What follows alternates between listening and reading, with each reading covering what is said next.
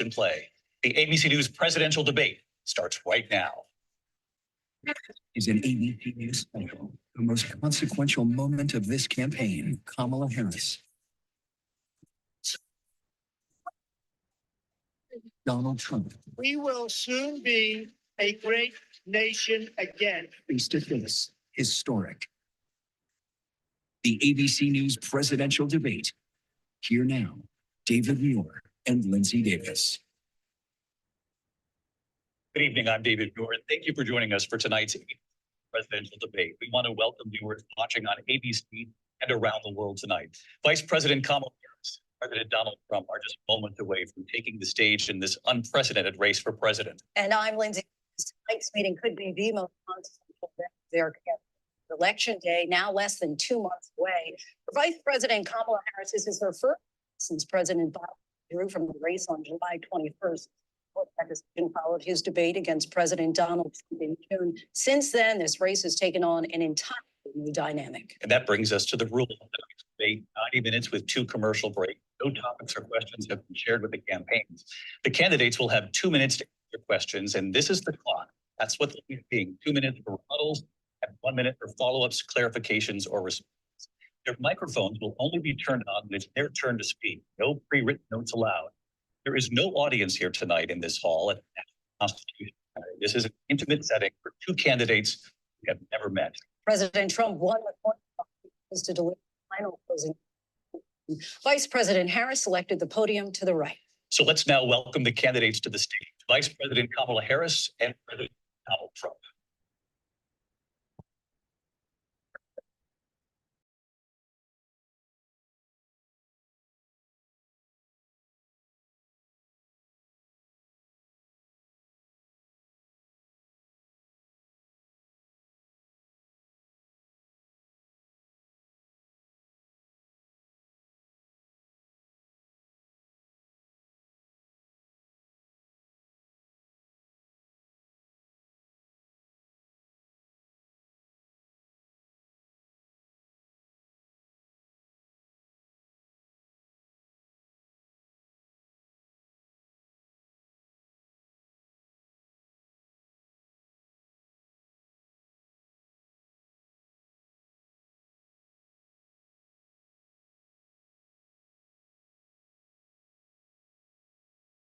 The ambition, the aspirations, the dreams of the American people.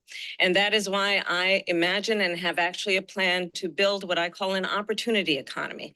Because here's the thing, we know we have a shortage of homes and housing, and the cost of housing is too expensive for far too many people. We know that young families need support to raise their children, and I intend on extending a tax cut for those families of $6,000, which is the largest child tax credit that we've given in a long time. That those young families can afford to buy a crib, buy a car seat, buy clothes for their children. My passion, one of them, is small businesses. My mother raised my sister and me, but there was a woman who helped raise us. We call her our second mother. She was a small business owner. I love our small businesses. My plan is to give a $50,000 tax deduction to startup small businesses, knowing they are part of the backbone of America's economy. My opponent, on the other hand, his plan is to do what he has done before, which is to provide a tax cut for billionaires and big corporations, which will result in $5 trillion of America's deficit. My opponent has a plan that I call the Trump sales tax, be a 20% tax on everyday goods that you rely on to get through the month. Economists have said that Trump sales tax would actually result for middle-class families in about $4,000 more a year because of his policies and his ideas about what should be the backs of middle-class people paying for tax cuts for billionaires. President Trump. First of all, I have no sales tax. That's an incorrect statement. She knows that. We're doing tariffs on other countries. Other countries are going to finally, after 75 years, pay us back for all that we've done for the world. And the tariff will be substantial in some cases. They took in billions and billions of dollars, as you know, from China. In fact, they never took the tariff off because there was so much money they can't. It would totally destroy everything that they've set out to do. They're taking in billions of dollars from China and other places. They've left the tariffs on. When I had it, I had tariffs and you had no inflation. Look, we've had a terrible economy because inflation has, which is really known as a country buster. It breaks up countries. We have inflation like very few people have ever seen before, probably the worst in our nation's history. We're at 21%, but that's being generous because many things are 50, 60, 70, and 80% higher than they were just a few years ago. This has been a disaster for people, for the middle class, but for every class. On top of that, we have millions of people pouring into our country from prisons and jails, from mental institutions and insane asylums, and they're coming in and they're taking jobs that are occupied right now by African Americans and Hispanics. And also unions. Unions are going to be affected very soon. And you see what's happening. You see what's happening with towns throughout the United States. You look at Springfield, Ohio. You look at Aurora in Colorado. They are taking over the towns. They're taking over buildings. They're going in violently. These are the people that she and Biden led into our country. And they're destroying our country. They're dangerous. They're at the highest level of criminality. And we have to get them out. We have to get them out fast. I created one of the greatest economies in the history of our country. I'll do it again and even better. We are going to get to immigration and border security during this debate, but I would like to let the President respond on the A economy. great Well, I nation would love to. again. Let's talk about what Donald Trump left us. The Donald ABC News left us presidential the debate. worst Here now, unemployment since the David Great and Depression. Lindsay Davis. Donald Trump left us the worst public Good evening, I'm health David. Thank you for joining epidemic us for of the tonight's century. Donald debate. Trump We want to left welcome us on the ABC worst attack and on around our the world. democracy Vice President since Trump, the Civil President Donald War. Trump are just moments And away what we from have done stage in is this clean up Donald unprecedented race Trump's for president. mess. And I'm What we have done and what I intend to do is build on There- what we know the Election aspirations day, and the now hopes less of the than 2 American months people. But I'm away. going to tell you, Vice this President debate tonight, you're going to hear since from the President same tired playbook, a bunch of lies, grievances, his and debate name against calling. President Donald. What you're going to hear tonight Since then, this race is has a taken on an detailed entirely and dangerous new plan dynamic. called And that Project brings us to the 2025 that debate, the former 90 minutes with president two intends commercial on breaks. implementing No if he topics or were questions have elected been shared with again. the campaigns. I Candidates believe will have very 2 minutes strongly for that the questions, and American this is the people clock. want That's a what the president 2 who minutes understands the will importance 1 minute for of bringing follow-ups, us together. You know, clarifications, we or have so much more in common than what microphone will separates only be us. turned off And I when it's pledge your to turn you to speak. be a No president for pre-written all allowed. Americans. President Trump audience here tonight in this Number all. one, I have nothing to do, as you know, and as This she is knows better than anyone, I have nothing to do candidates. with Project 2025. President Trump That's out there. I haven't to read do- it. I don't want to read it purposely. I'm not going to read Vice it. President This was a group selected of the people that podium got to the together. right. They came So up with let's now some welcome the ideas, I guess candidates some to the good, stage. some bad. Vice President But Kamala it makes Harris. no and difference. I have nothing to do. Everybody knows I'm an open book. Everybody knows what I'm going to do. Cut taxes very substantially and create a great economy like I did before. We had the greatest economy. We got hit with a pandemic, and the pandemic was not since 1917, where 100 million people died, has there been anything like it. We did a phenomenal job with the pandemic. We handed a country where the economy and where the stock market was higher than it was before the pandemic came in. Nobody's ever seen anything like it. We made ventilators for the entire world. We got gowns, we got masks, we did things that nobody thought possible. People give me credit for rebuilding the military. They give me credit for a lot of things, but not enough credit for the great job we did with the pandemic. But the only jobs they got were bounce back jobs. These were jobs bounced back, and it bounced back and went to their benefit. But I was the one that created them. They know it, and so does everybody else. President Harris. The ambition, the aspirations, the Donald dreams Trump has of the no plan American for you. people. And that is And why when you I look at his imagine and have economic actually a plan, it's plan all to about build tax what I breaks call an for the richest opportunity people. economy. I Because am here's the offering thing, what I we know describe as an have opportunity a shortage economy. of homes And and the houses. best economists cost in of our housing is country, if too not the expensive for world, far too many have people. reviewed our We know relevant that plans for the families future of need America. What raise Goldman their Sachs children, has and said I intend is on that Donald extending Trump's the plan cut would make for the those economy families worse, of $6,000, which is the economy. largest What child the tax Wharton credit School that has said given is in a Donald long Trump's time. plan Those young would families actually can afford to buy a explode the crib, deficit. buy a car seat. 16 Nobel laureates have described his economic plan action, as something one of them that is would increase small inflation, businesses. and by the Actually, middle my of mother next raised year sister and would me, invite a but there was a recession. woman who helped You raise just us. have We to call her look our second at mother. where we are and where we stand. I want you to know that Donald Trump has no plan for you because he is more interested in defending himself than he is looking out for you. Look, I went to the Wharton School of Finance, and many of those professors, the top professors, think my plan is a brilliant plan. It's a great plan. It's a plan that's going to our worth, value as a country. It's going to make people want to be able to go work and create jobs and create a lot of good, solid money for our country. Just to finish off, she doesn't have a plan. She copied Biden's plan, and it's like 4 sentences, like run, spot, run.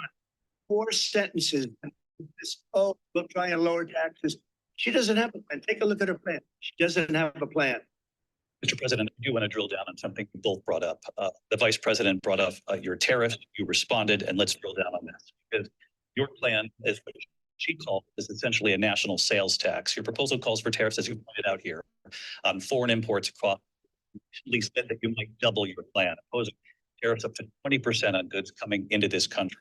As you know, many economists say that with tariffs at that level, costs are then passed on to the Vice President Harris has argued it'll mean higher prices on gas, food, clothing, medication, arguing it costs the typical family nearly $4,000 a year. Do you believe Americans can afford higher prices because of tariffs? They're not going to have higher prices.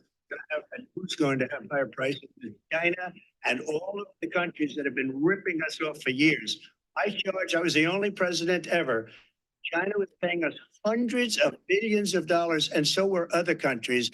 And, you know, if she doesn't like them, they should have gone out and they immediately cut the tariffs. But those tariffs are there 3.5 years now under this administration. We are going to take in billions of dollars, hundreds of billions of dollars. I had no inflation, virtually no inflation. They had the highest inflation for the history of our country, but I've never seen a worse period of time. People can't go out and buy cereal or bacon or anything else. The people of our country are absolutely dying with what they've done. They've destroyed the economy. And all you have to do is look at a poll. The polls say 80 and 85, even 90% that the Trump economy was great, that their economy was terrible. Vice President Harris, I do want to ask for your response. And you heard what the president said there, because the Biden administration did keep a number of the tariffs in place. So how do you respond? Well, let's be clear that the Trump administration resulted in a trade deficit, one of the highest we've seen in the history of America. He invited trade wars. You want to talk about his deal with China? What he ended up doing is, under Donald Trump's presidency, he ended up selling American chips to China to help them improve and modernize their military, basically sold us out, when a policy about China should be in making sure the United States of America wins the competition for the 21st century, which means focusing on the details of what that requires, focusing on relationships with our allies, focusing on investing in American-based technology so that we win the race on quantum computing, focusing on what we need to support America's workforce, that we don't end up having on the short end of the stick in terms of workers' rights. But what Donald Trump did, let's talk about this, is he actually thanked President Xi for what he did during COVID. Look at his tweet. Thank you, President Xi, exclamation point, when we know that Xi was responsible for lacking and not giving us transparency about the origin. Trump, I'll let you respond. First of all, they bought their chips from Taiwan. We hardly make chips anymore because of philosophies like they have and policies like they have. I don't say her because she has no policy. Everything that she believed 3 years ago and 4 years ago is out the window. She's going to my philosophy now. In fact, I was going to send her a MAGA hat. She's gone to my philosophy. But if she ever got elected, she'd change it. And it would be the end of our country. She's a Marxist. Everybody knows she's a Marxist. Her father's a Marxist professor in economics, and he taught her well. But when you look at what she's done to our country, and when you look at these millions and millions of people that are pouring into our country monthly, I believe 21 million people, not the 15 that people say, and I think it's a lot higher than the 21. That's bigger than New York State pouring in. And just look at what they're doing to our country. They're criminals. Many of these people coming in are criminals. And that's bad for our economy, too. You know, you mentioned before, we'll talk about immigration later. well, bad immigration is the worst thing that can happen to our economy. She has destroyed our country with policy that's insane. Almost policy that you'd say they have to hate our country. Interrupt. Thank you. Lindsay? Turn to the issue of abortion. President Trump, you often tell that you were able to kill Roe v. Wade. Last year, you said that you were proud to be the most pro-life president in American history.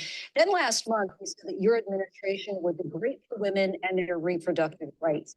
In your home state of Florida, you surprised many with regard to your 6-week abortion ban because you initially had said it was too short. And you said, I'm going to be voting if we need more than 6 weeks. But then the very next day, you reversed course and said you would vote to support the 6-week ban. Vice President trust you on the issue of abortion because changed your position so many times. Therefore, I should. So the reason I'm doing that vote is because the plan is, as you know, the vote is they have abortion in the 9th month. They even have, and you can look at the governor of West Virginia, the previous governor of West Virginia, not the current governor, is doing an excellent job.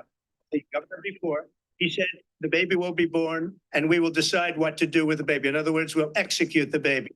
And that's why I did that, because that predominates, because they're radical. The Democrats are radical in that. And her vice presidential pick, which I think is a horrible pick, by the way, for our country, because he is really out of it. But her vice says abortion in the 9th month is absolutely fine. He also says execution after birth. It's an execution, no longer abortion, because the baby is born. It's okay. And that's not okay with me, hence the vote. But what I did is something for 52 years, they've been trying to get Roe v. Wade into the states. And through the genius and heart and strength of 6 Supreme Court justices, we were able to do that. Now, I believe in the exception for rape, incest, and life of the mother. I believe strongly in it. Ronald Reagan did also. 85% of Republicans do. Exceptions, very important. But we were able to get it, and now states are voting on it. And for the first time, you're going to see, look, this is an issue that's torn our country apart for 52 years. Every legal scholar, every Democrat, every Republican, liberal, conservative, they all want the issue to be brought back to the states where the people could vote. And that's what happened. Now, Ohio, vote was somewhat liberal. Kansas, the vote was somewhat liberal, much more liberal than people would have thought.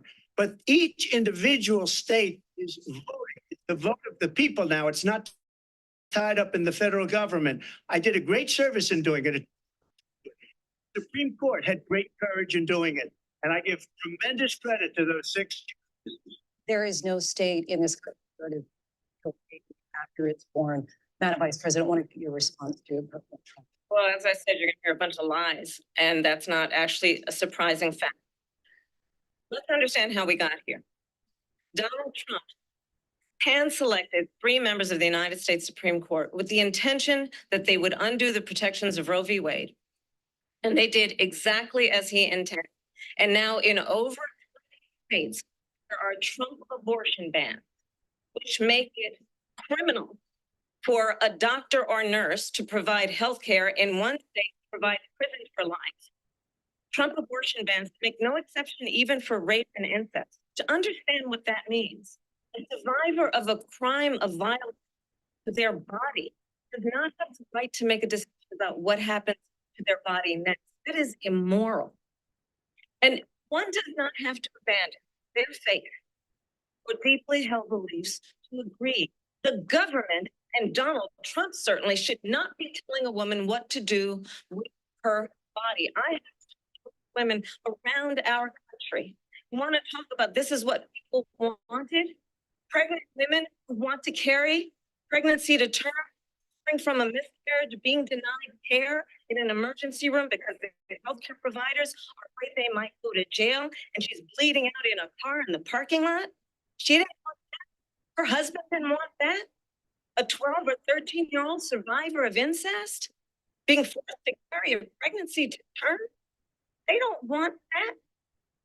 And I pledge to you, when Congress passes a bill to put back in place the protections of Roe v. Wade. As President of the United States, I will proudly sign it into law. But understand, if Donald Trump were elected, he will sign a national abortion ban. Understand, in his Project 2025, there would be a national abortion, a monitor that would be monitoring your pregnancies, your miscarriages. I think the American people believe that certain freedoms, in particular, the freedom to make decisions about one body, should not be made by the government. Thank you, Vice President Harris. There she goes again. It's a lie. I'm not signing a ban, and there's no reason to sign a ban because we've gotten everybody wanted. Democrats, Republicans, and everybody else, and every legal scholar wanted it to be brought back into the states, and the states are voting. And it may take a little time, but for 52 years, this issue has torn the country apart, and they've wanted it back to the states. And I did something that nobody thought was possible. The states are now voting. What she says is an absolute lie. And as far as the abortion ban, no, I'm not in favor of abortion ban, but it doesn't matter because this issue has now been taken over by the state. Veto a national abortion. And if it Well, I want to, because again, and two things. Number one, she said she'll go back to Congress. She'll never get the vote. It's impossible for her to get the vote, especially now with the 50-50, essentially 50-50 in both Senate and the House. She's not going to get the vote. She can't get the vote. She won't even come to it. So she just talked. You know what it reminds me of? When they said they're going to get student loans terminated, and it ended up being a catastrophe. Student loans. And then I think probably her boss, you call him a boss, he spends all his time on the beach. But look, her boss went out and said, we'll do it again. We'll do it a different way. And he went out, got rejected again by the Supreme Court. So all these students got haunted with this whole thing about this whole idea. And how fair that would have been part of the reason they lost to the millions and millions of people that had to pay off their student loans. They didn't get it for free, but they were saying it's the same way that they talked about that they talk about abortion. If I could just get a yes or no, JD Vance has said that you would veto it if you think it comes. Well, I didn't discuss it with JD. In all fairness, JD, and I don't mind a certain view, but I think he was speaking for me. But I really didn't. Look, we don't have to discuss it because she'd never been able to get it. It's like she couldn't get student loans. They couldn't get student loans. They didn't even come close to getting student loans. They taunted young people and a lot of other people that had loans. They can never get this approved. So it doesn't matter what she said about Congress. Wonderful. Let's go to Congress. Do it. But the fact is that for years, they wanted to get it out of Congress and out of the federal government. And we did something that everybody said couldn't be done. And now you have a vote of the people on abortion. Vice President Harris, I do want to ask, would you support any restrictions on a woman's right to abortion? I absolutely support reinstating the protections of Roe v. Wade. And as you rightly mentioned, nowhere in America is a woman carrying a pregnancy to term and asking for an abortion. That is not happening. It's insulting to the women of America. And understand what has been happening under Donald Trump's abortion ban. Couples who pray and dream of having a family are being denied IVF treatments. What is happening in our country? Working people, working women who are working one or two jobs, who can barely afford childcare as it is, have to travel to another state to get on a plane sitting next to strangers to go and get the health care she needs. Barely can afford to do it. And what you are putting her through is unconscionable. And the people of America have not, the majority of Americans believe in a woman's right to make decisions about her own body. And that is why in every state where this issue has been on the ballot in red and blue state vote, people of America voted. Vice President Harris, Excuse me, I thank have you. to respond. Another lie. Another lie. I have been a leader on IVF with fertilization. The IVF, I have been a leader. In fact, when they got a very negative decision on IVF from the Alabama courts, I saw the people of Alabama and the legislature 2 days later voted it in. I've been a leader on it. They know that, and everybody else knows it. I have been a leader on fertilization IVF. And the other thing, they You should ask. Do you allow abortion in the 8th month, 9th month, 7th month? On. Okay, would you do that? Why Question. don't, That's the problem. question, would you Because be? you could do abortions at the 7th month, the 8th month, the 9th That's month, not true. and probably just look at the governor, former governor of Virginia. The governor of Virginia said we put the baby aside and then we determine what we want to do with the baby. President Trump, thank you. We're going to turn now to immigration and border security. We know it's an issue that's important to Republicans, Democrats, voters across the board in this country. Vice President Harris, you were tasked by President Biden with getting to the root cause of Central America. We know that illegal border crossings reached a record high in the Biden administration. This past June, President Biden imposed tough new asylum restrictions. We know the numbers since then have dropped significantly. But my question to you tonight is, why did the administration wait until 6 months before the election to act? And would you have done anything differently from President Biden? I'm the only person on this stage who has prosecuted transnational criminal organizations, the trafficking of guns, drugs, and human beings.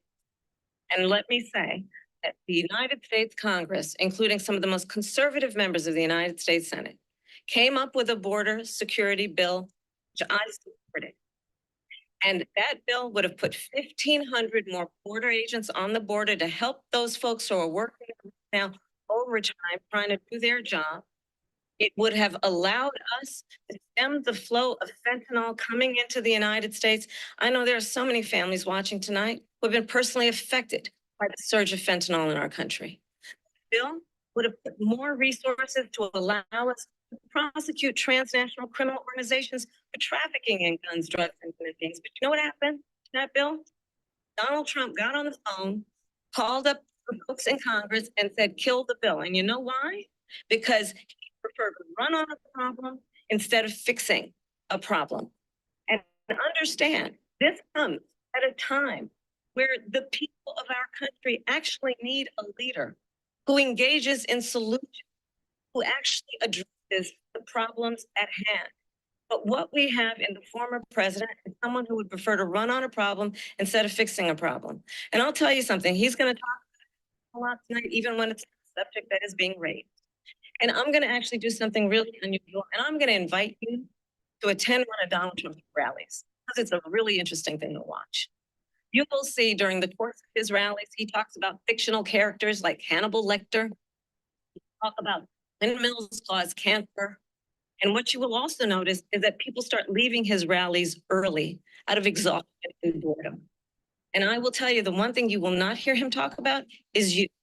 You will not hear him talk about your needs, your dreams, and your desires. And I'll tell you, I believe in deserve a president who actually puts you first. And I pledge to you that I will. Vice President Harris, thank you. President Trump, I want to get your response. Well, I would like to respond. Let me just ask, why did you try to kill that bill, and successfully so? That would have put thousands of additional agents and officers on the border. First, let me respond as to the, you said people start leaving. People don't go to her. There's no reason to go. And the people that do go, she's posting them in and paying them to be there, and then showing them in a different light. So she can't talk about that. Don't leave my rallies. We have the biggest rallies, the most incredible rallies in the history of politics. That's because people are going to take the country back. Our country is being lost. We're a failing nation. It happened 3.5 years ago. And what's going on here, you're going to end up in World War III, just to go into another subject. What they have done to our country by allowing these millions and millions of people to come into our country, and look at what's happening to the all over the United States. And a lot of towns don't want to talk. It's not going to be Aurora or Springfield. A lot of towns don't want to talk about it because they're so embarrassed by it. In Springfield, they're eating the dogs, the people that came in. They're eating the cats. They're eating the pets of the people that live there. This is what's happening in our country. And it's as far as rallies are concerned, as far as the reason they go, they like what I say. They want to bring our country back. They want to make America great again. It's a very simple phrase, make America great again. She's destroying this country. And if she becomes president, this country doesn't have a chance of success. Not only success, it'll end up being Venezuela on steroids. I just want I clarify here, you bring up Springfield, Ohio, and ABC News did reach out to the city manager there. He told us there have been no credible reports of specific claims of pets being harmed, injured, or abused by individuals within the immigrant community. Well, All I've seen this, people on television. let me just say, The people on television say clear- my dog was taken and used for food. Maybe he said that, and maybe that's a good thing to say for a city manager. I'm not taking this from, But I'm taking it from Television the city saying their manager. dog was eaten by people that went there. Again, the Springfield city manager says there's no evidence of that. Vice We'll President find Harris, out. I'll let you on to the rest of it. You talk about extreme. I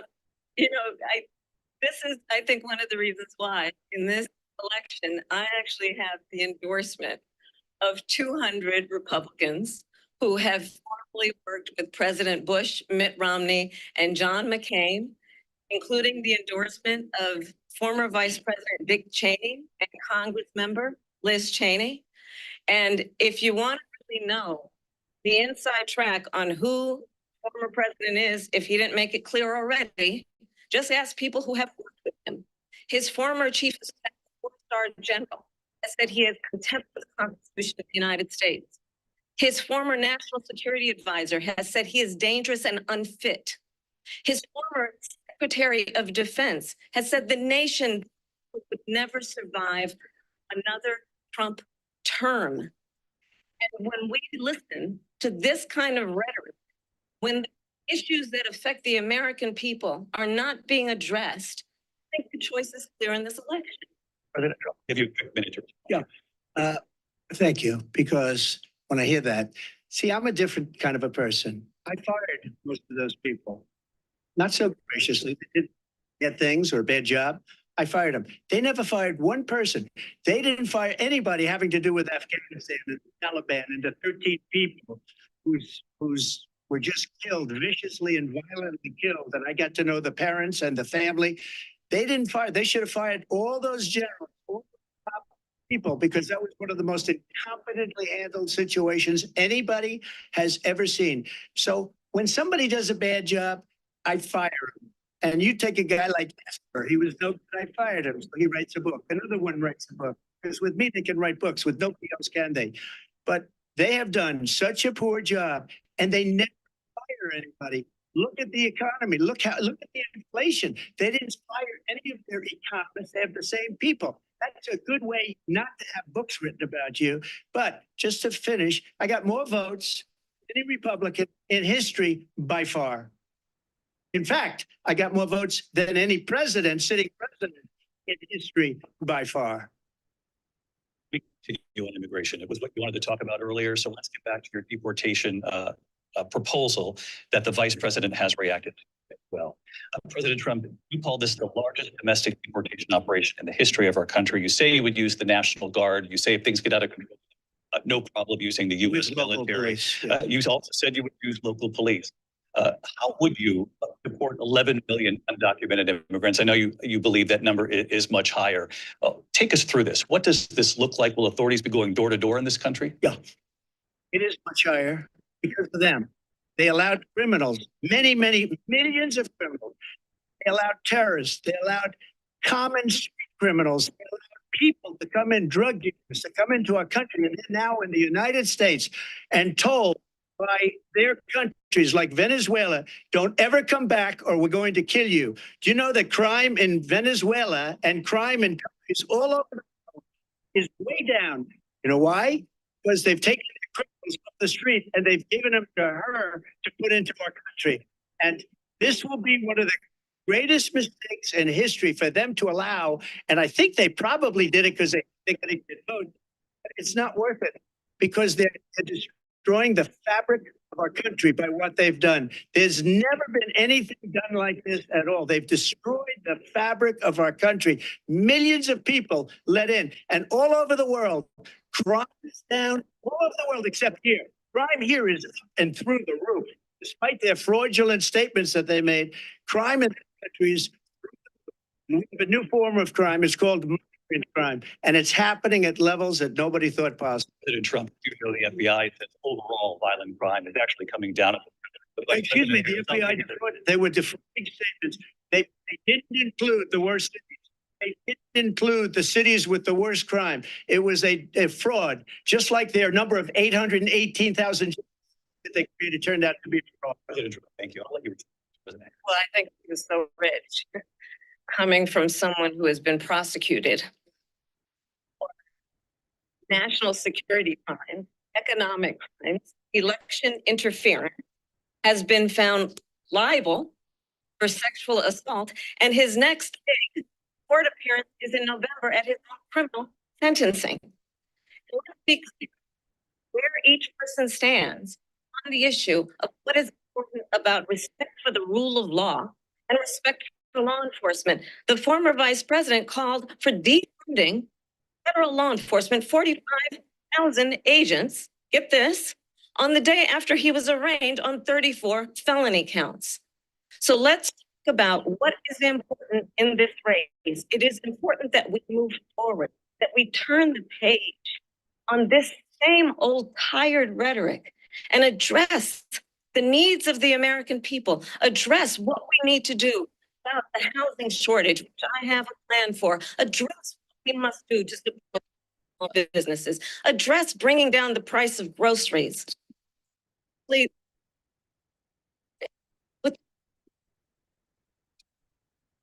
Excuse me, every one of those cases started them against their political opponent. And I'm winning most of them, and I will win the rest of them. And you saw it came down just recently, the Supreme Court.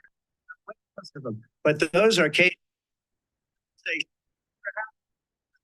They weaponized the Justice Department. Every one of those cases was involved with the DOJ, from Atlanta and Fani Willis to the Attorney General of New York and the DA in New York. Every one of those cases, he's a criminal. They're the ones that Joe Biden was found essentially guilty on the documents case. And they said, oh, that's the toughest of them all.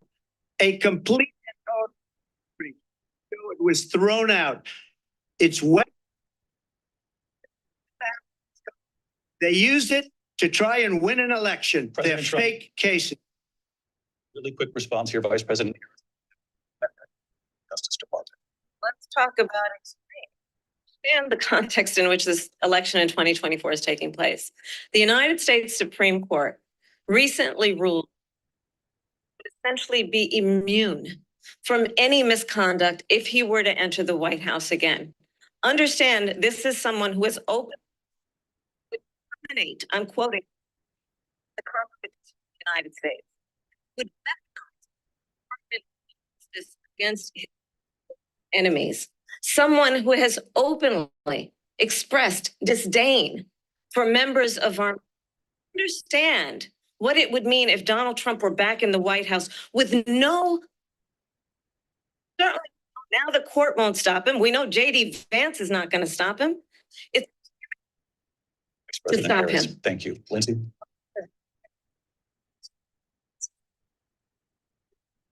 Weaponized, not weaponized. I probably took a bullet to the head because of the things that they say about me. They talk about democracy. I'm a threat to democracy. They're the threat to democracy with a fake. We have a lot to get. Vice President Harris, in your last, you said you wanted to ban fracking. Now you don't. You wanted mandatory government buyback programs for assault weapons. Now your campaign says you don't. You supported decriminalizing border crossings. Now you're taking a harder line. I know you say that you're not changed. So then why have so many of your... So my values have not changed, and I'm going to discuss every one of the, at least. Here in Pennsylvania. I made that very clear in 2020. I will not ban fracking. I have not banned fracking as Vice President of the United States. And in fact, I was the tie-breaking vote on the Inflation Reduction Act. Leases for fracking. My position is that we have got to invest in diverse sources of energy so we reduce our reliance on foreign oil.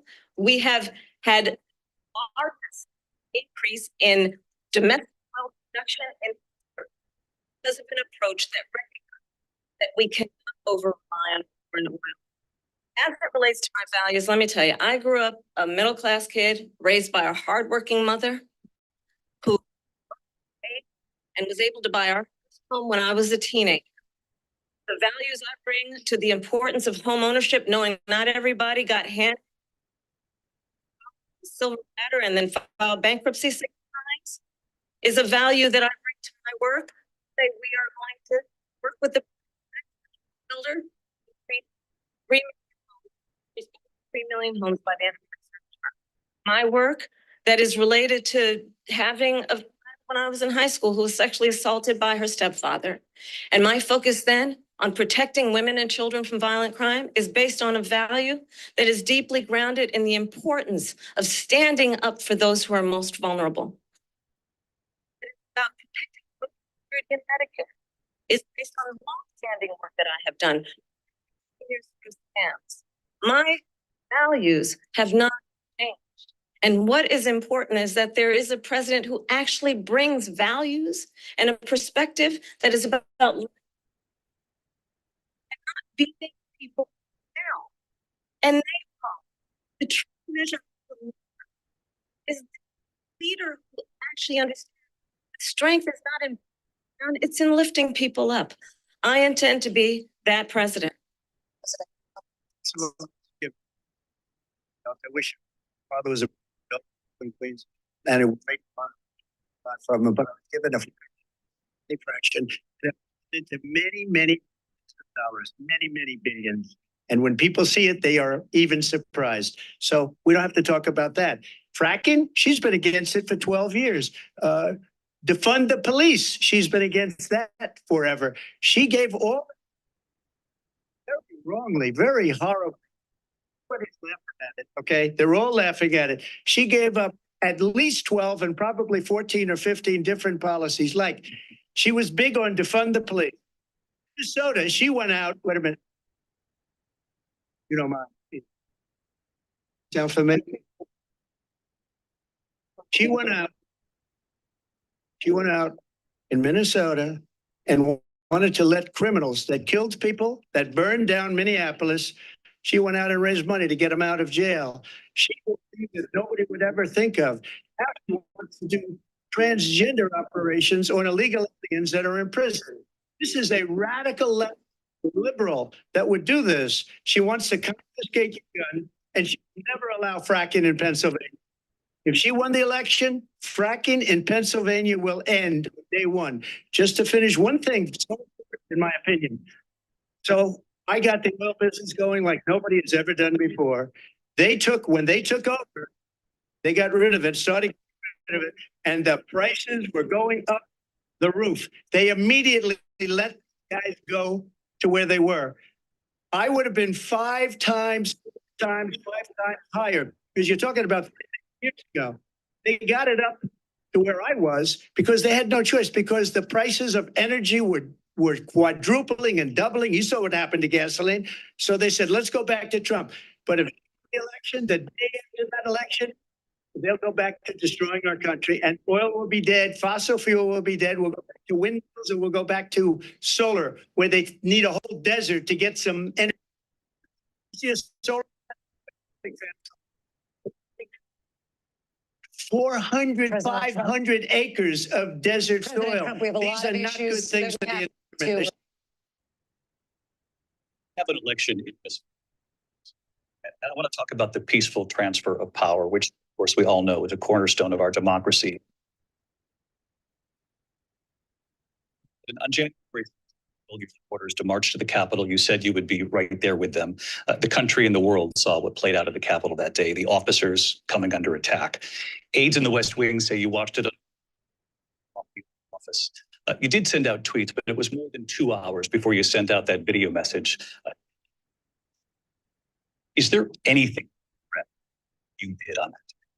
You just said that isn't covered peacefully and patriotically. I said during my speech, not later on.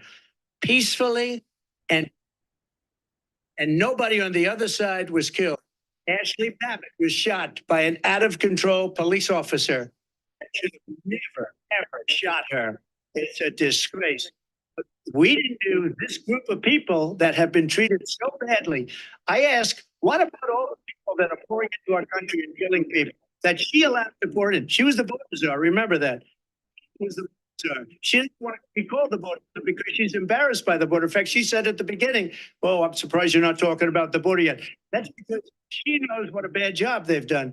What about those people? When are they going to be prosecuted? When are these people from countries all over the world, not just South America? They're coming in from all over the world, David, all over the world. And crime rates are down all over the world because of it. But let me just- When are those people going to be prosecuted? When are the people that burned down Minneapolis going to be prosecuted? Or in Seattle? They went into Seattle. They took over a big percentage of the city of Seattle. When are those people going to be prosecuted? But let me just ask You you, might answer that question. you were the president. You were watching it unfold on television. It's a very simple question as we move forward. Is there anything you regret about what you did on that day? I had nothing to do with that other than they asked me to make a speech. I showed up for a speech. I said, I think it's going to be big. I went to Nancy Pelosi and the mayor of Washington, D.C., and the mayor put it back in writing, as you know. I said, this is going to be a very big, whatever you want to call it. And again, it wasn't done by me. It was done by others. I said, I'd like to give you 10,000 National Guard or soldiers. They rejected me. Nancy Pelosi rejected me. It was just 2 weeks ago. Her daughter has the tape of her saying she is fully responsible for what happened. They want to get rid of that tape. It would have never happened if Nancy Pelosi and the mayor of Washington did their jobs. I wasn't responsible for security. Nancy Pelosi was responsible. She didn't do her job. The question was about you as president, not about former Speaker Pelosi, but I do want Vice President Harris. I was at the Capitol on January 6th. I was the vice president-elect. I was also an acting senator. I was there. And on that day, the president of the United States incited a violent mob to attack our nation's capital, to desecrate our nation's capital. On that day, 140 law enforcement officers were injured, and some died. And understand, the former president has been indicted and impeached for exactly that reason. But this is not an isolated situation. Let's remember Charlottesville, where there was a mob of people carrying tiki torches, spewing anti-Semitic hate. And what did the president then at the time say? There were 5 people on each side. Let's remember that when it came to the Proud Boys, a militia, the former president said, stand back and stand by. So for everyone watching who remembers what January 6th was, I say, you don't have to go back. Let's not go back. We're not going back. It's time to turn the page.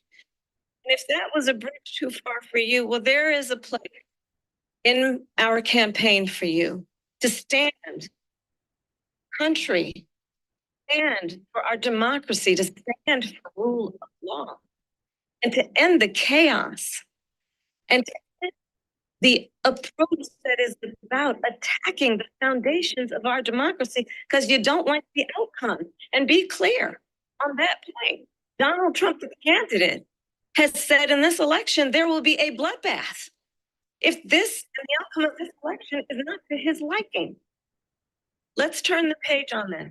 Let's not go back. Let's chart a course for the future and not go backwards to the past. Let me just follow up here.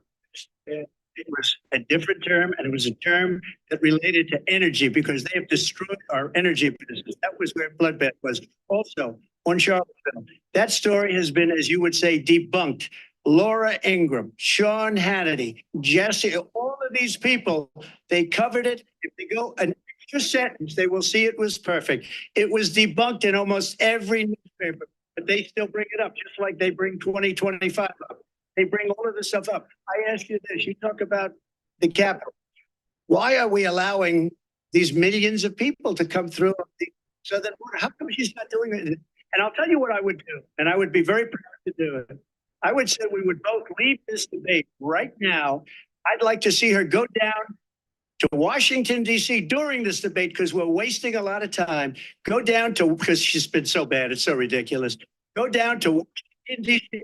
and let her sign a bill to close up the border because they have the right to do it. They don't need bills. They have the right to do it. The president of the United States, you'll get him out of bed. You'll wake him up at 4 o'clock in the afternoon.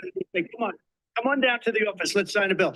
If he signs a bill that the border is closed, all he has to do is say it to the border patrol, who is phenomenal. If they do that, the border is closed. Mr. Those President, people, many people, I would like J6. we talked immigration here tonight. I do want to focus on the next issue. It really brings us this into focus, truth in these times that we're living in. Mr. President, for 3.5 years after you lost the 2020 election, you repeatedly falsely claimed that many times saying you won in a landslide. In the past couple of weeks leading up to this debate, you have said, quote, you lost by a whisker, that you, quote, didn't quite make it, that you came up a little bit short. Are you now acknowledging that you lost in 2020? No, I don't acknowledge that. Sarcastically, you know that. It was said, oh, we lost by a whisker. That was said sarcastically. Look, there's so much proof. All you have to do is look at it. And they should have sent it back to the legislatures for approval. I got almost 75 million votes, the most votes any sitting president has ever gotten. I was told if I got 63, which is what I got in 2016, you can't be beaten. The election, people should never be thinking about it. An election is fraudulent. We need two things. We need wall, and we have to have it. We have to have borders, and we have to have good elections. Our elections are bad. And a lot of these illegal immigrants coming in, they're trying to get them to vote. They can't even speak English. They don't even know what country they're in practically. And these people are trying to get them to vote. And that's why they're allowing them to come into our country. I did watch all these pieces of video. I didn't detect the sarcasm. We didn't quite make it. And we should just point out here as clarification, you know this, you and your allies, 60 cases in front of many judges, many of them. No judge looked at it. And said they said we didn't have standing. That's the other thing. They said we didn't have standing, technicality. Can you imagine a system where a person in an election doesn't have standing? The president of the United States doesn't have standing. That's how we lost. If you look at the facts, and I'd love to have you'll do a special on it. I'll show you Georgia, and I'll show you Wisconsin, and I'll show you Pennsylvania, and we have so many facts and statistics. You know what? That doesn't matter because we have to solve the problem that we have right now. That's old news. And the problem that we have right now is we have a nation in decline, and they have put it into decline. We have a nation that is dying, David. Mr. President, thank you. Vice President Harris, you heard the president there tonight. He said he didn't say that he lost by whiskers. So he still believes he did not lose the election that was won by President Biden and yourself. But I do want to ask you about something that's come up the last couple of days. This was a post from President Trump about this election just weeks away. He said, when I win, those people who cheated, and then he lists donors, voters, election officials, he says will be prosecuted to the fullest extent of the law, which will include long-term prison. One of your campaign's top lawyers responded saying, we won't let Donald Trump intimidate us. We won't let him suppress the vote. Is that what you believe he's trying to do here? Donald Trump was fired by 81 million people. So let's be clear about that. And clearly he is having a very difficult time processing that. But we cannot afford to have a president of the United States who attempts, as he did in the past, to upend the will of the voters in a free and fair election. And I'm going to tell you that I have traveled the world as vice president of the United States, and world leaders are laughing at Donald Trump. I have talked with military leaders, some of whom work with you, and they say you're a disgrace. And when you then talk this way in a presidential debate and deny what over and over again are court cases you have lost because you did in fact lose that election, it leads one to believe that perhaps we do not have in the candidate to my right the temperament or the ability to not be confused about facts. Deeply troubling, and the American people deserve better. I'll give you 1 minute to respond, Mr. President. We just said about world leaders. Viktor Orban, one of the most respected men, they call him a strong man. He's a tough person, smart. Prime Minister of Hungary. They said, why is the whole world blowing up? 3 years ago, it wasn't. Why is it blowing up? He said, because you need Trump back as president. They were afraid of him. China was afraid, and I don't like to use the word afraid, but I'm just quoting him. China was afraid of him. North Korea was afraid of him. Look at what's going on in North Korea, by the way. He said Russia was afraid of him. He ended the Nord Stream 2 pipeline, and Biden put it back on day one, but he ended the XL pipeline. The XL pipeline in our country, he ended that. But he let the Russians build a pipeline going all over Europe and heading into Germany, the biggest pipeline in the world. Look, Viktor Orban said it. He said the most respected, most feared person is Donald Trump. We had no problems when Trump was president, but when this weak, pathetic man that you saw at a debate just a few months ago, that if he weren't in that debate, he'd be running instead of her. She got no votes. He got 14 million votes. What you did, you talk about a threat to democracy. He got 14 million votes and they threw him out of office. And you know what? I'll give you a little secret. He hates her. He can't stand her. He got 14 million votes. They threw him out. She got 0 votes. And when she ran, she was the first one to leave because she failed. And now she's running. I don't understand it, but Mr. I'm President, okay with it. Your time I is up. think we're going to do very well. We've got a lot more to go. Now Yes. to the Israel-Hamas war and the hostages were still being held, Americans among them. Vice President Harris, in December, you said, quote, Israel has a right to defend itself, but you added, quote, it matters how, saying international humanitarian law must be respected. Israel must do more to protect innocent civilians. You said that 9 months ago. Now estimated 40,000 Palestinians are dead. Nearly 100 hostages remain. Just last week, Prime Minister Benjamin Netanyahu said there's not a deal in the making. President Biden has not been able to break through the stalemate. How would you do it? Well, let's understand how we got here. On October 7, Hamas, a terrorist organization, slaughtered 1,200 Israelis, many of them young people who were simply attending a concert. Women were horribly raped. And so absolutely, I said then, I say now, Israel has a right to defend itself. We would. And how it does so matters. Because it is also true, far too many innocent Palestinians have been killed. Children must. What we know is that this war must end. It must end immediately. And the way it will end is we need the hostages out. And so we will continue work around the clock, also understanding that we must chart a course for a two-state solution. And in that solution, there must be security for the Israeli people in Israel and an equal measure for the Palestinians. The one thing I will assure you always, I will always give Israel the ability to defend itself, in particular as it relates to Iran and any threat and its proxies close to Israel. But we must have a two-state solution where we can rebuild Gaza, where the Palestinian security, self-determination, and the dignity they so rightly deserve. President Trump, Netanyahu, and also to get the hostages out. And If I were president, it would have never started. If I were president, Russia would have never, ever, I know Putin very well, would have never, and there was no threat of it either, by the way, for 4 years, went to Ukraine and killed millions of people. People understand what's going on over there. But when she mentions about Israel, she hates Israel. She wouldn't even meet with Netanyahu when he went to Congress to make a very important speech. This is a sorority party of hers. She wanted to go. She hates Israel. If she's president, I believe that Israel will not exist within 2 years from now. And I've been pretty good at predictions, and I hope I'm wrong about that one. She hates, at the same time, in her own way, population, because the whole place is going to get blown up. Arabs, Israel. It would have never happened. Iran was broke under Donald Trump. Now Iran has $3 billion because of all the sanctions that I had. Iran had no money for Hamas or Hezbollah, spheres of terror. They are spears of terror, horrible terror.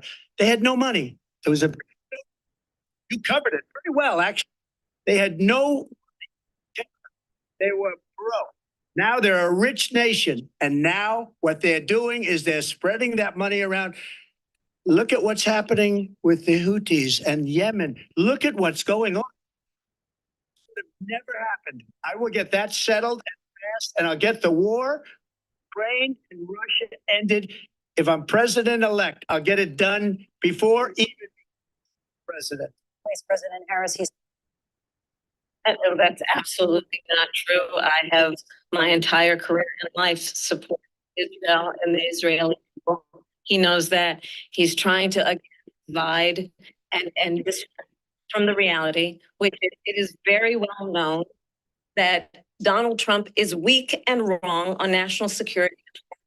It is well known that he admires dictators, wants to be a dictator on day one, according to himself. It is well known that he said of Putin that he can do whatever the hell he wants and go into Ukraine. It is well known that when Russia went into Ukraine, it was brilliant. It is well known he exchanged love letters with Kim Jong-un. And it is absolutely well known that these dictators and autocrats are rooting for you to be president again because they're so clear. They can manipulate you with flattery and favors. And that is why so many military leaders who you have worked with have told me you are a disgrace. That is why we understand that we have to have a president who is not consistently weak and wrong on Vice national President security, including the importance of upholding and respecting in highest regard our military. Vice President Harris, thank you. And she's the one that caused it. It's weak on national security by allowing every nation last month of the year, 168 different countries sending people into our country. Their crime rates are way down. Putin endorsed her last week, said, I hope she wins. I think he meant it because what he's gotten away with is absolutely incredible. It wouldn't have happened with me. The leaders of other countries think that they're weak and incompetent, and they are. They're grossly incompetent. And I just ask one question. Why does Biden go in and kill the Keystone Pipeline and approve the single biggest deal that Russia's ever made, Nord Stream 2, the biggest pipeline anywhere in the world going to Germany and over Europe? Because they're weak and they're ineffective. And Biden, by the way, gets paid a lot of money. Thank you. We have a lot of issues to get to. We'll be right back with much more of this historic ABC News presidential debate from the National Constitution Center right here in Philadelphia. Back in a moment. The ABC News presidential debate will continue after this.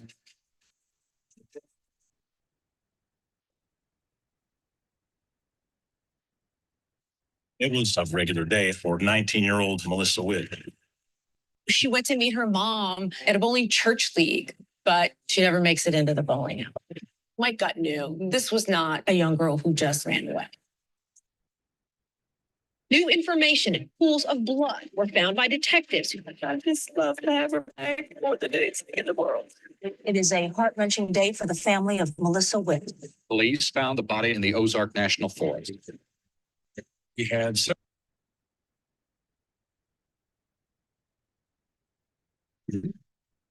actually finding key evidence that could have slipped through the cracks. You're looking for that game-changing piece. her last hours on this earth were probably the most horrific a person can experience. This beautiful young girl. Police will find out what happened. At Wit's End, the hunt for a killer, only on Hulu.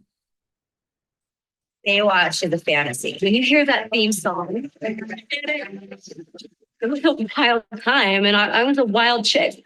Jason Momoa exploded. Carmen was a bombshell. Anderson was an icon. Really proud of everything I've done. Almost. The epic highs and bitter lows. Everyone likes to watch sexy things. You're 24. He's 54. Yeah. it just seemed like I had met my soulmate. You fired 4 times. Friday, 2020 is all new. The 32-year-old former ballerina. The center of the so-called Black Swan trial. Here we go. You haven't spoken out before. Why did you decide to talk now? The stunning all new 2020 premieres Friday at 9 Central on ABC. Hey, good morning, America. Good morning, America. Good morning, America. Covering the biggest events in the country right now. You don't just see it, you feel it. I'm in. I'm in too. I am here and so happy. Michael, George, Claire, Ginger.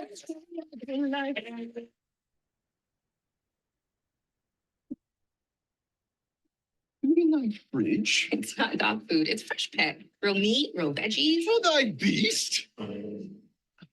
There's always a betrayal in the finale. Ye season finale is upon us.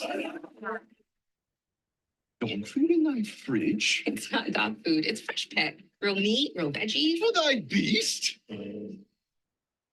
There's always a betrayal in the finale. Other sausage brands use non-meat filling. That's just non-good. Keep it real, people, and keep it juicy. Boogie Woogie Jam Clam, Buster Diana, come the man and come here, come. Flow with the sounds of the mighty. Restaurant bread, stale policies, no cheddar. Cheddar Bay 2024 is here to clean up the crumbs. Come in now for a chance to win 4 years of free Red Lobster, because one bite can unite all parties, at least for dinner.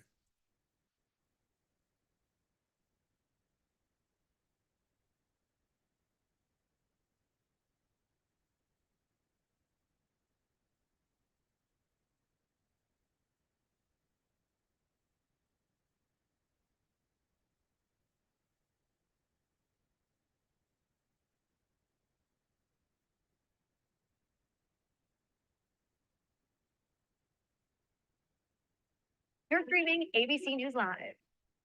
What does it take to be the most watched newscast in America? We are part of an operation. Is this our combat operations center? We're approaching the gate. Militants came in from. I appreciate you. Thank you. Ismail, David. ABC's World News Tonight with David Muir is America's most watched newscast. You're watching America's #1 streaming news. Keep streaming with ABC News Live. Live from the National Constitution Center in Philadelphia, Pennsylvania. Here again, David Muir and Lindsay Davis. Welcome back to this historic ABC News presidential debate tonight. We're going to continue here, and I want to turn to the war in Ukraine. We're now 2.5 years in the position of the Biden administration that we must defend Ukraine from Russia and Vladimir, defend their sovereignty, their democracy, that it's in America's best interest to do so, arguing that if Putin wins, he may be able to move even further into other countries. You called this war in 20. Said so just before the break tonight. How exactly would you do that? And I want to ask you a very simple question tonight. Do you want Ukraine to win this war? I want the war to stop. I want to save lives that are being uselessly, people being killed by the millions. It's so much worse than the numbers that you're getting with your fake numbers. Look, we're in for 250 billion more because they don't ask Europe, which is a much bigger beneficiary to getting this thing done than we are. They're in for $150 billion less because Biden and you don't have the courage to ask Europe like I did with NATO. They paid billions and billions, hundreds of billions of dollars when I said, either you pay up or we're not anymore. So that's maybe one of the reasons they don't like me as much as they like weak people. But take a look at what's happening. 150 to 265 billion, 100 to 150 should be forced to equalize. With that being said, I get settled. Zelensky very well, and I know very well. I have a good relationship, and they respect your president. Okay, they respect me. They don't respect Biden. How would you respect him? He hasn't even made a phone call in 2 years to Putin. Hasn't. They don't even try and get it. That dying to be settled. I will get it before I even become president. When I'm president-elect, and what I'll do, I'll speak to one, I'll speak to the other, get them together. That war would have never happened. And in fact, when after I left, unfortunately left because our country has gone to hell. When I saw him building up soldiers, he did it after I left. I said, "Oh, he must be a good, strong point of negotiation." Well, it was. Biden had no idea how to talk to him, no idea how to stop it, and now you have millions of people dead. It could lead to World War. Don't get it. We're playing with World War III, and we have a president that we don't even know if he's. Where is our president? We don't even know if he's a president. And just here, like a dog. We don't even president, but we have a president, Mr. that President, doesn't know he's alive. your time is up. Just to clarify the question, you believe it's in the U.S. best interest for Ukraine to win this war, yes or no? I think it's the U.S. best interest to get this war finished and just get it done. All right. Negotiate a deal, because we all of these human lives. I want to take this to Vice President Harris. I want to get your thoughts on support for Ukraine in this moment, but also as Commander-in-Chief elected, how would you do Vladimir Putin, and would it be any different from what we're seeing from President Biden? Well, first, remind the former president, you're not running against Joe Biden, you're running against me. I believe the reason that Donald Trump says that this war would be over within 20 give it up. And that's not who we are as Americans. Let's understand what happened here. I actually met with Zelensky a few days before Russia invaded, tried through force to change territorial boundaries, to defy one of the most important international rules and norms, which is the importance of sovereignty and territorial integrity. And I met with President Zelensky. I shared with him American intel about how he could defend himself. Days later, I went to NATO's eastern flank, Poland and Romania. And through the work that we got 50 countries together, support Ukraine in its righteous defense. And because of our support, because of the air defense, the ammunition, the artillery, the javelins, the Abrams tanks that we have provided, Ukraine stands as an independent and free country. If Donald Trump were president, Putin would be sitting in Kyiv right now. And understand what that would mean, because Putin's agenda is not just about Ukraine. Understand why the European allies and our NATO allies are so thankful that you are no longer president, and that we understand the greatest military alliance in the world and what we have done to preserve the ability of Zelensky and Ukrainians to fight for their independence. Otherwise, sitting in with eyes on the rest of Europe, starting and why don't you tell the 800,000 Polish Americans right here in Pennsylvania how quickly you would give up for the sake of favor and what you friendship with what is known to be a dictator who would eat you for lunch. Vice President Harris, thank you. We've heard you on Ukraine tonight. Up in the last hour, I want you to respond to something you said earlier, and I'll give you a minute here. Putin would be sitting in Moscow, and he wouldn't have lost 300,000 men and women, but he would have been sitting in Moscow. Quiet, please. He would have been sitting in Moscow, much happier than he is right now. But eventually, he's got a thing that other people don't have. He's got nuclear weapons. They don't ever talk about that. He's got nuclear weapons. Nobody ever thinks about that. Eventually, maybe he'll use them, and maybe, but he does have that. Something we don't even like to talk about. Nobody likes to talk about. Just so you understand, they sent her to negotiate before this war started. 3 days later, he started the war because everything they said was weak and stupid. They said the wrong things. That war should have never started. They sent her in to negotiate Zelensky and Putin, and she did. And the war started 3 days later. And that's worse than Biden. I think he's to our country. She goes down as the worst vice president in the history of our country. But let me tell you something. She is a powerful negotiator. They sent her into it as soon as they left to Putin invasion. Bring up something. You said she went to negotiate with Vladimir Putin. Vice President Harris, have you ever met Vladimir? Can you clarify tonight? Yet again, I said a bunch of lies. And that is another one. When I went to meet with President Zelensky, I've now met with him over 5 times. The reality, acting as America always would, as a international rules and norms, as a leader who shows strength, understanding that the alliances we have around the world are dependent on our ability to care for our friends and not enemies, because you're strong men instead of caring about democracy.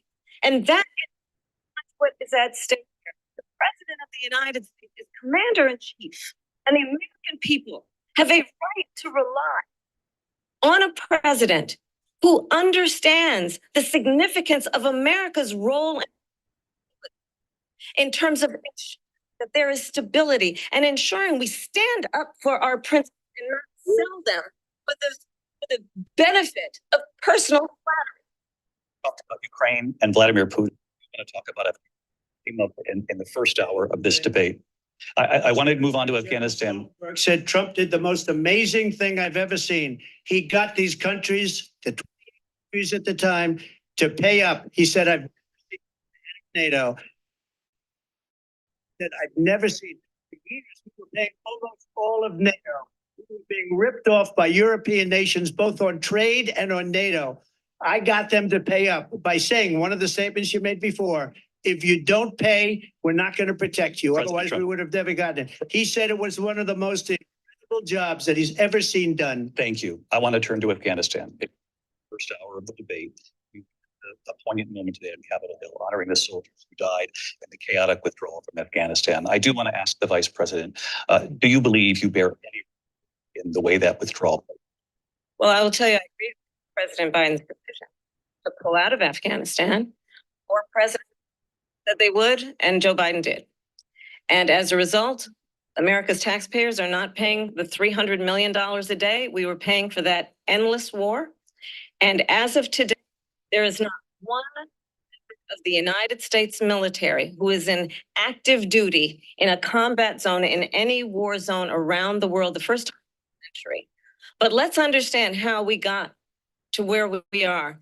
Donald Trump, when he negotiated one of the weakest deals you can imagine, he calls himself a deal maker, his national security advisors, a terrible deal. And here's how it went. He bypassed the Afghan government. He negotiated directly with a terrorist organization called the Taliban. The negotiation involved the Taliban getting 5,000 Taliban terrorists released. And get this, and the president at the time invited the Taliban to Camp David, a place of significance for us as Americans, a place where we honor diplomacy, where we invite and receive respected world leaders. And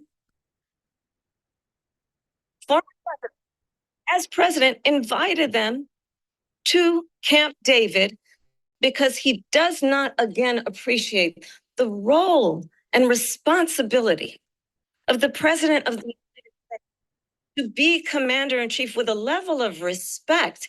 And this gets back to how he disparaged and demeaned members of our military, fallen soldiers, and the work that we must uphold, strength and the respect of the United States of America around the world. Vice President Harris, thank you. President Trump, your response to her saying that.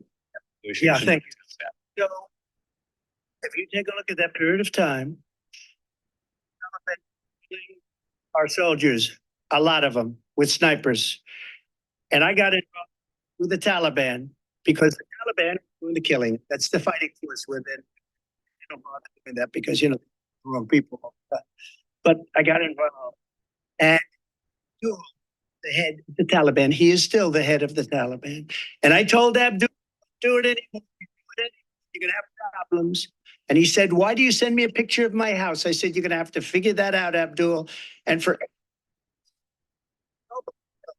we did have an agreement negotiated by Mike Pompeo. It was a very good agreement. The reason it was good, it was we were getting out. We would have been out faster than them, but we wouldn't have lost the soldiers.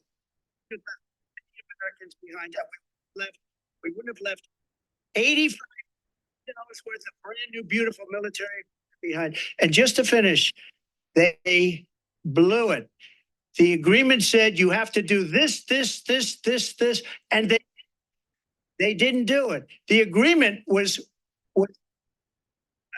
because they supposed to do. I want to move on. And these people did the worst withdrawal, and in my opinion, moment. And by the way, that's why Russia attacked Ukraine, because they saw. And President Trump, thank you. I want to move on now to race and politics in this country. Mr. President, you recently said of Vice President Harris, quote, "I didn't know she was Black until a number of years ago when she happened to turn Black, and now she wants to be known as Black." I want to ask a bigger picture question here tonight. Why do you believe it's appropriate to weigh in on the racial identity of your opponent? I don't, and I don't care. I don't care what she is. I don't care. You make a big deal out of something. I couldn't care less. Whatever she wants to be, it's okay with me. But those were your words. So I don't know. I mean, all I can say is I read where she was not Black, that she put out, and I'll say that. And then I read that she was Black. That's okay. Either one was okay with me. That's up to her. That's up to her. Vice President Harris, your thoughts on this?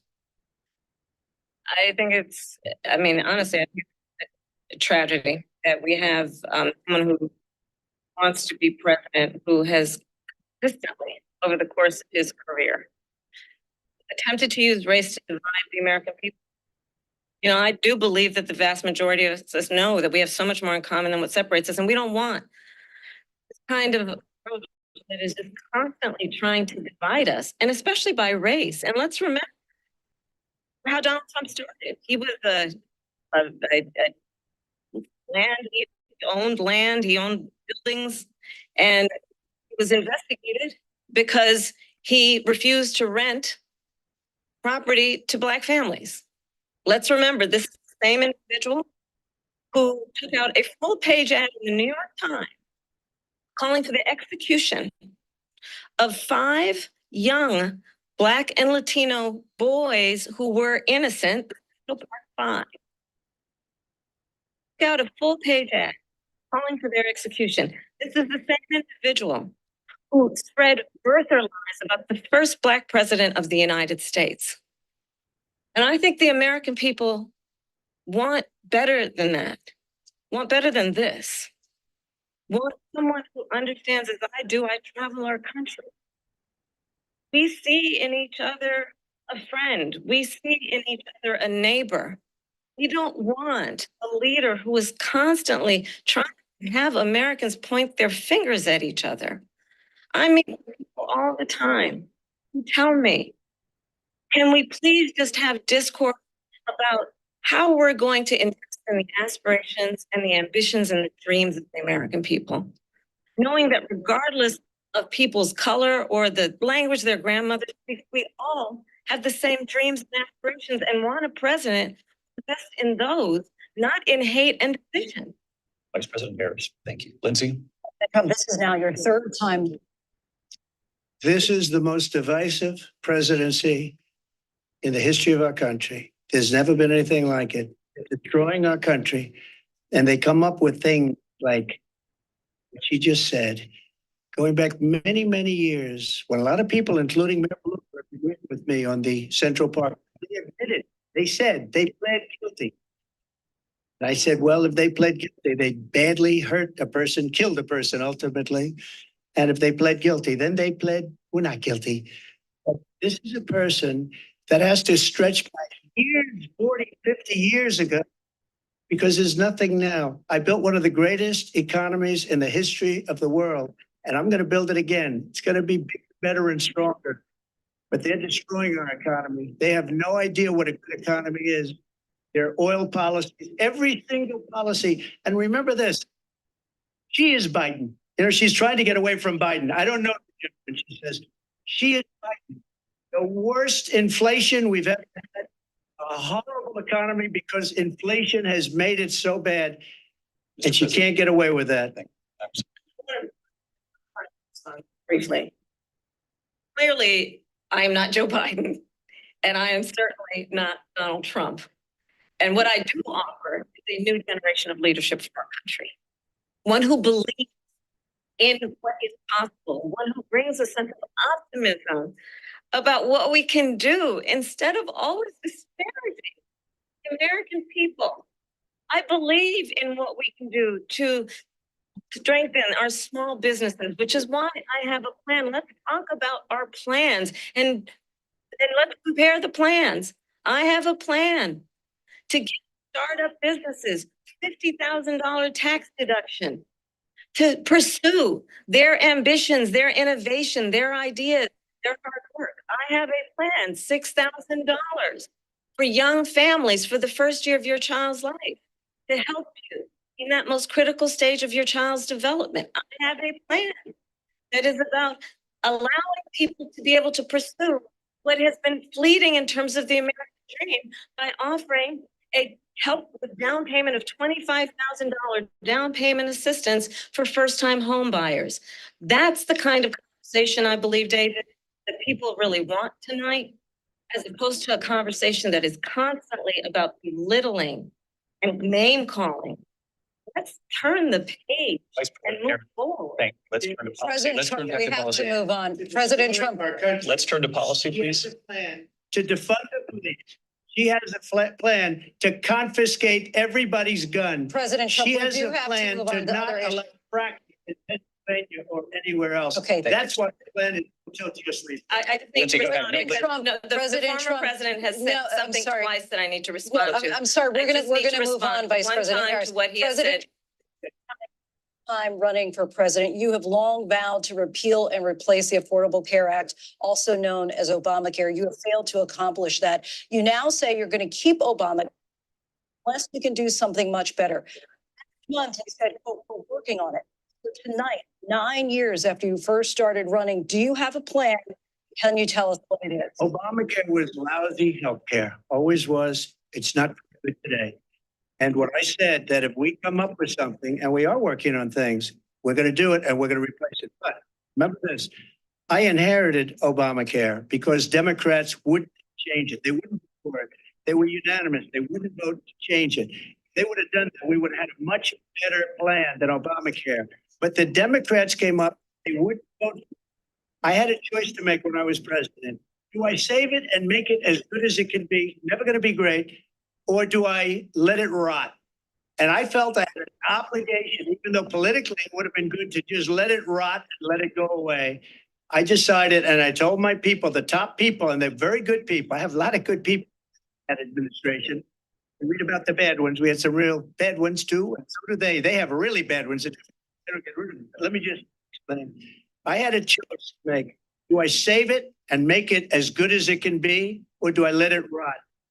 Saved it. I did the right thing, but it's still never going to be great, and it's too expensive for people. And what we will do is we're looking at different plans.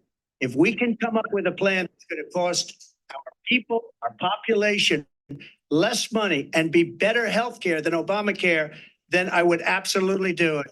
But until then, I'd run it as good as it can be run. So just a yes or no, you still do not have a plan. I have concepts of a plan. I'm not president now. But we come up with something. I would only change it if we come up with something that's better and less expensive. And there are concepts and options we have to do that. And you'll be hearing about it in the not too distant future. Vice President Harris, in 2017, you supported Bernie Sanders' proposal to do away with private insurance and create a government-run healthcare system. 2 years later, you proposed a plan that included a private insurance option. What are you planning today? Well, first of all, I absolutely support, and over the last 4 years as vice president, private healthcare options. But what we need to do is maintain and grow the Affordable Care Act. But I'll get to that, Lindsay. I just need to respond to a previous point that the former president has made. I've been very clear on my position on fracking. And then this business about taking everyone's guns away. Tim Walz and I are both gun owners. We're not taking anybody's guns away. So stop the continuous lying about this stuff. As it relates to the Affordable Care Act, understand, let's just look at the history to know where people stand. When Donald Trump was president, 60 times he tried to get rid of the Affordable Care Act.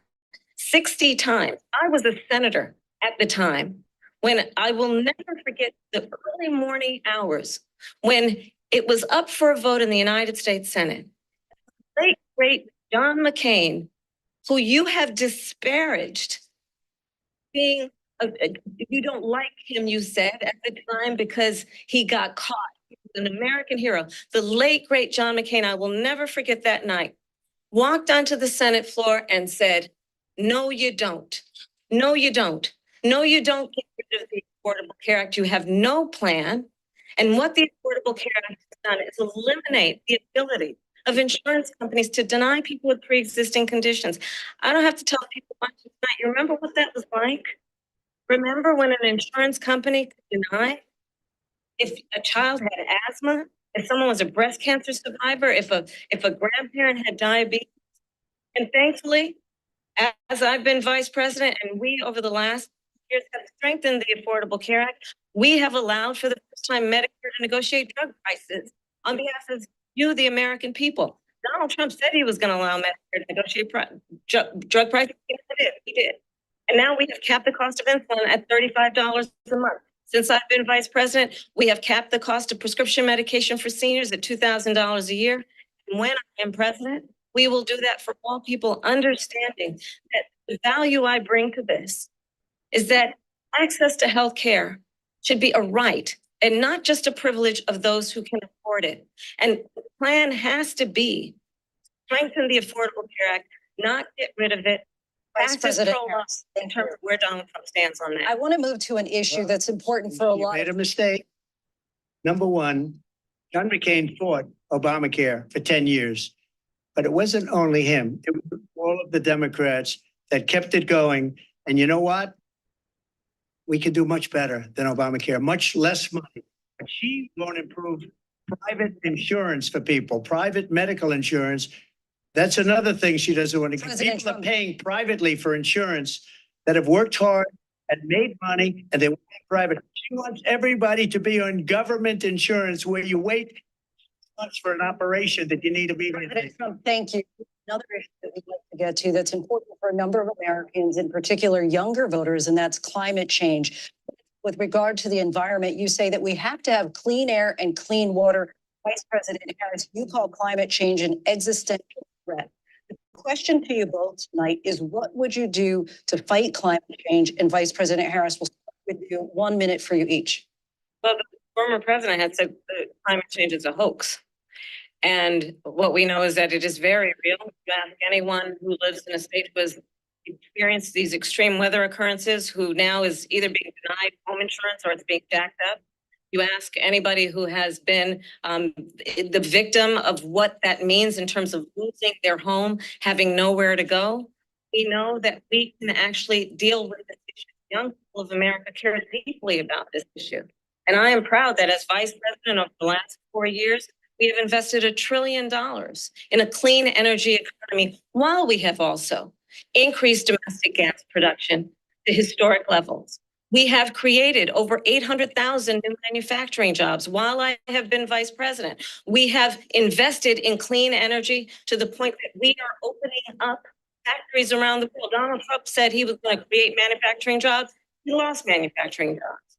And I'm also proud to have the endorsement of the United Auto Workers and Sean Fain, who also know that part of building a clean energy economy includes investing in American-made products, American automobiles. It includes growing what we can do around American manufacturing and opening up auto plants, not closing them like happened under Donald Trump. Vice President, thank you. That didn't happen under Donald Trump. Let me just tell you, we lost 10,000 manufacturing jobs this last month. It's going, they're all leaving. They're building big auto plants in Mexico, in many cases owned by China. They're building these massive plants. They think they're going to sell their cars into the United States because of these people. What they have given to China is unbelievable. But we're not going to let that. We'll put tariffs on those cars so they can't come into our country, because they will kill United Auto Workers and any auto worker, whether it's in Detroit or any other place. What they've done to business and manufacturing in this country is horrible. We have nothing because they refuse. No, Biden doesn't go after people because supposedly China paid him millions of dollars. He's afraid to do it between him and his son. They get all this money from Ukraine. They get all the money from all of these different countries. And then you wonder, why is he so loyal to this one, that one, Ukraine, China? Why is he? Why did he get $3.5 million from the mayor of Moscow's wife? Why did she pay him $3.5 million? This is a crooked administration, and they're selling our country down the tubes. President Trump, thank you. Thank you. We'll be right back with closing statements from both of our candidates. An historic night, this ABC News presidential debate from Philadelphia. Back. The ABC News presidential debate will continue after this.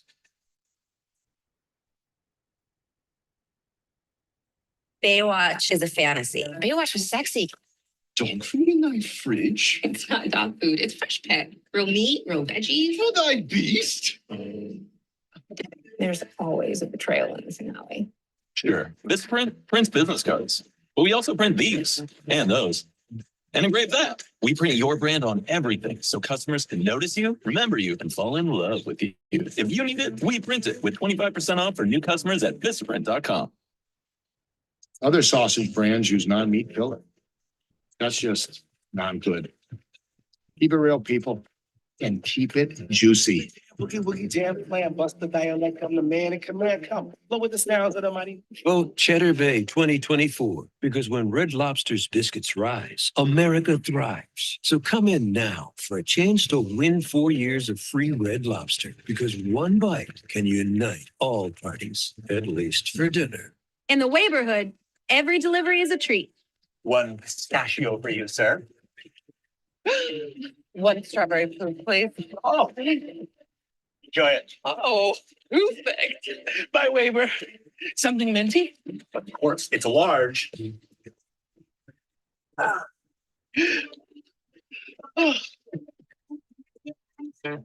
double. Lucky. Wayfair, every style, every home.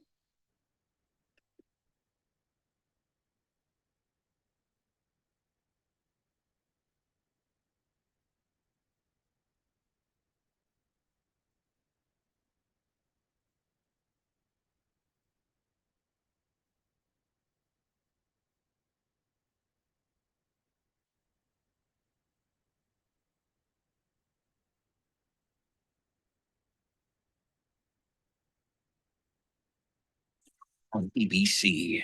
Nominations, mornings, evenings, late night, weekends, streaming 24/7, 40 Emmy nominations. Thank you for making ABC News America's #1 news. Get ready, America. Every Friday. The hottest trends, dialed and must have. What's the right stuff to buy right now? I really love that. It's time to buy the stuff.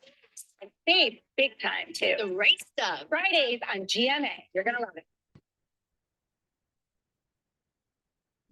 This is Impact by Nobody.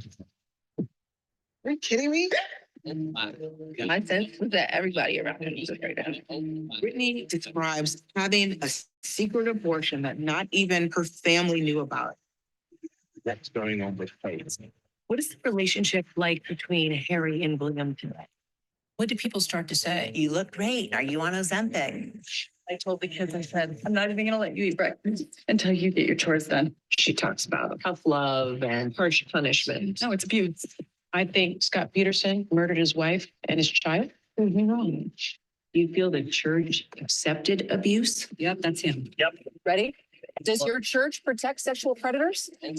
Top the most watched season yet. Fabulous. It's a bit erotic, a bit exotic. You have no idea. Impact by Nobody. The all-new season premieres this September, only on Hulu. If you were coming of age in the 1980s, the Brat Pack was near the center of your cultural awareness. But for those of us experiencing it from the inside, the Brat Pack was something very different. If you could have the Brat Pack name not exist, would you? I hated the Brat Pack. What a disaster. Why did we take it as an offense? I'm not going to say we're the Beatles or anything. Well, we didn't sell Shea Stadium. 1985, I think we could. Let's go. We are heading into the unknown. Oh my gosh. We just saw what no one has seen before. Hammer, hammer, hammer. It doesn't get any more cutting edge than this.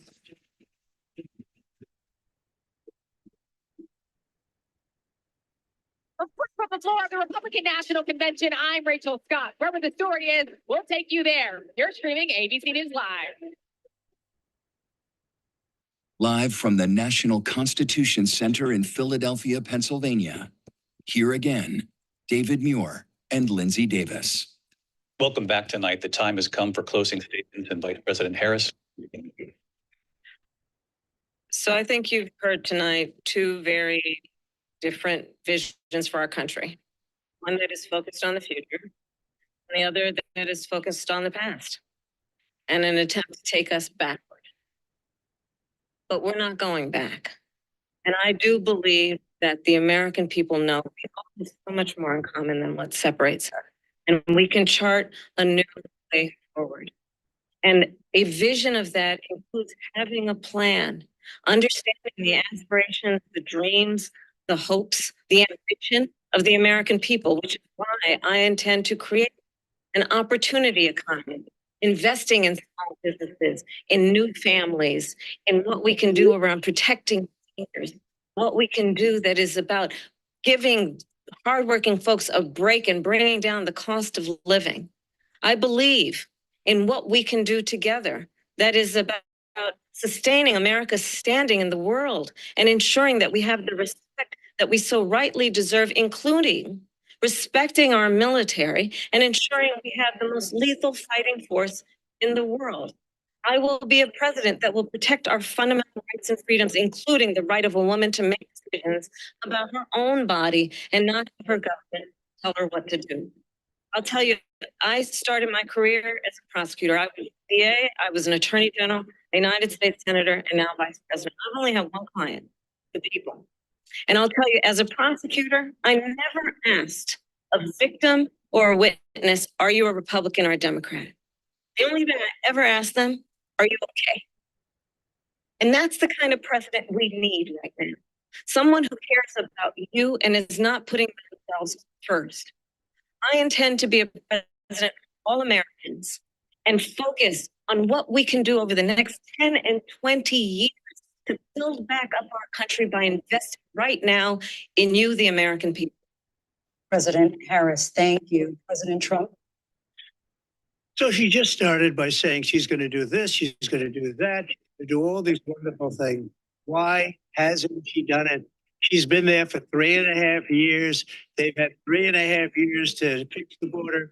They've had 3.5 years to create jobs and all the things we talked about. Why hasn't she done it? She should leave right now, go down to that beautiful White House, go to the Capitol, get everyone together and do the things you want to do, but you haven't done it, and you won't do it because you believe in things that the American people don't believe in. You believe in things like, we're not going to frack, we're not going to take fossil fuel, we're not things that are going to make this country strong, whether you like it or not.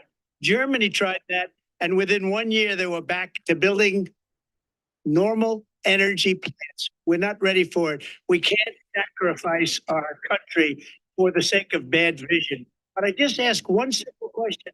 Why didn't she do it? We're a failing nation. We're a nation that's in serious decline. We're being laughed at all over the world. All over the world, they're laughing. I know the leaders very well. They're coming to see me. They call me. We're laughed at all over the world. They don't understand what happened to us as a nation. We're not a leader.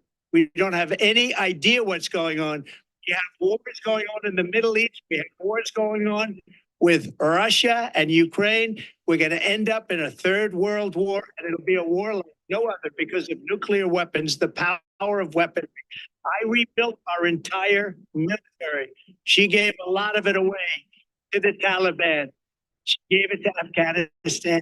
What these people have done to our country, and maybe toughest of all, is allowing millions of people to come into our country. Many of them are criminals, and they're destroying our country. The worst president, the worst vice president in the history of our country. President Trump, thank you. That is our ABC News presidential debate from here in Philadelphia at the National Constitution Center. I'm Lindsay Davis. And I'm David. Thank you for watching here in the U.S. and all over the world, and from all of us here at ABC News. Good night.